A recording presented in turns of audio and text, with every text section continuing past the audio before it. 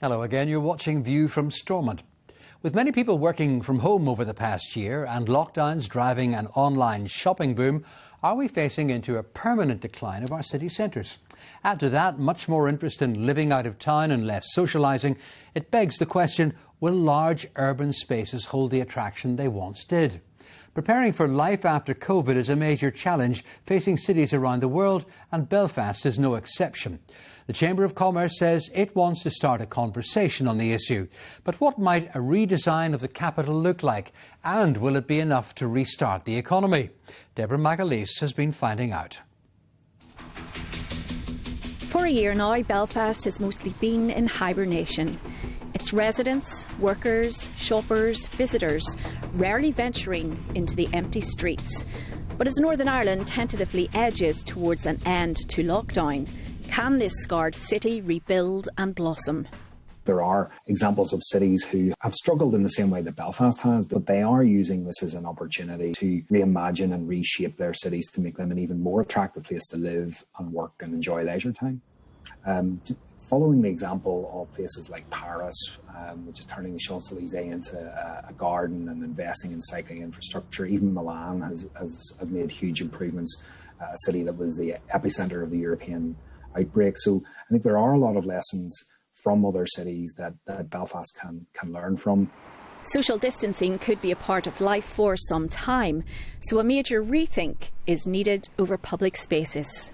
With the Belfast weather, outdoor living has never really been one of the city's main attractions. But the pandemic is changing all of that.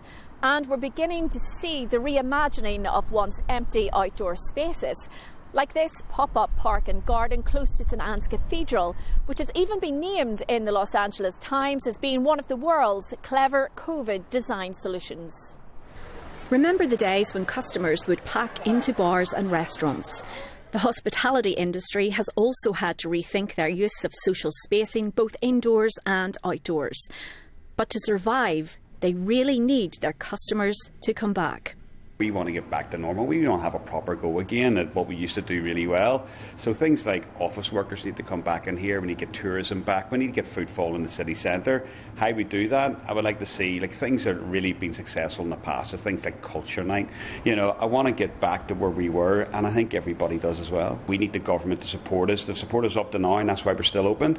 But over the next 5-10 years, it's not as easy as everybody gets vaccinated and to put all the taxes up. We need the government to support us over the next 5 to 10 years to make sure we're still in business. Across the city, many office blocks have lain virtually empty all year. And the pandemic has forced a workplace design rethink, like this £50 million development in the Harbour estate. How hopeful are you that you will get tenants into there? Yeah, so it's a £50 million scheme. It will complete on or around November this year, potentially accommodate about 1,800 to 2,000 people. It is a speculative build on our part, but it's what's called a Grade A office, so it's the highest specification of office that we can offer and that the market looks for. Secondly, we've gone back with our designers and engineers and looked at it through a COVID lens, so we've redesigned it. So I think we're probably going to introduce the most COVID future-proof office building in Belfast at the end of this year. For cities to survive, they need people. And last year saw a pull away from city centre living in favour of the suburbs. But there are signs of a return. That has been the predominant trend up until probably the end of the year, where people are looking for that extra room for an office, or they're looking for a garden or a balcony or a terrace, just somewhere where they can sit outside and because there's nothing else to do really.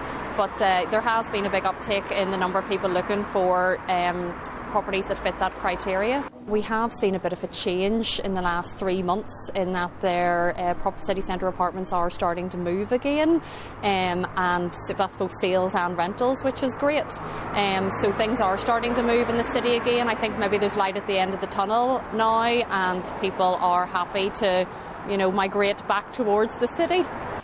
After a year in the grip of a pandemic, there is an acceptance that life must continue, but not in the same way. Our watchword here should be building back better, and that we can fix quite a lot of problems as we come out of the pandemic in terms of getting Belfast and Northern Ireland as a whole on a better economic footing. It should be green. It should be jobs-led and it should be inclusive. Because of the lack of imagination of in my view, our senior civil servants and a lot of our politicians, we are going to get a desire to return to normal. But the issue is, why on earth do we want to go back to normal? Normal was unsustainable. Normal wasn't working for everybody. Normal was, making our societies more unequal. Why can't we fix our economic development model? But we need to start thinking beyond the orthodox economic approach, which is largely focused on economic growth. Instead of just recovering, this could be a chance for our cities to provide greater opportunities than before. Deborah McAleese reporting. Still to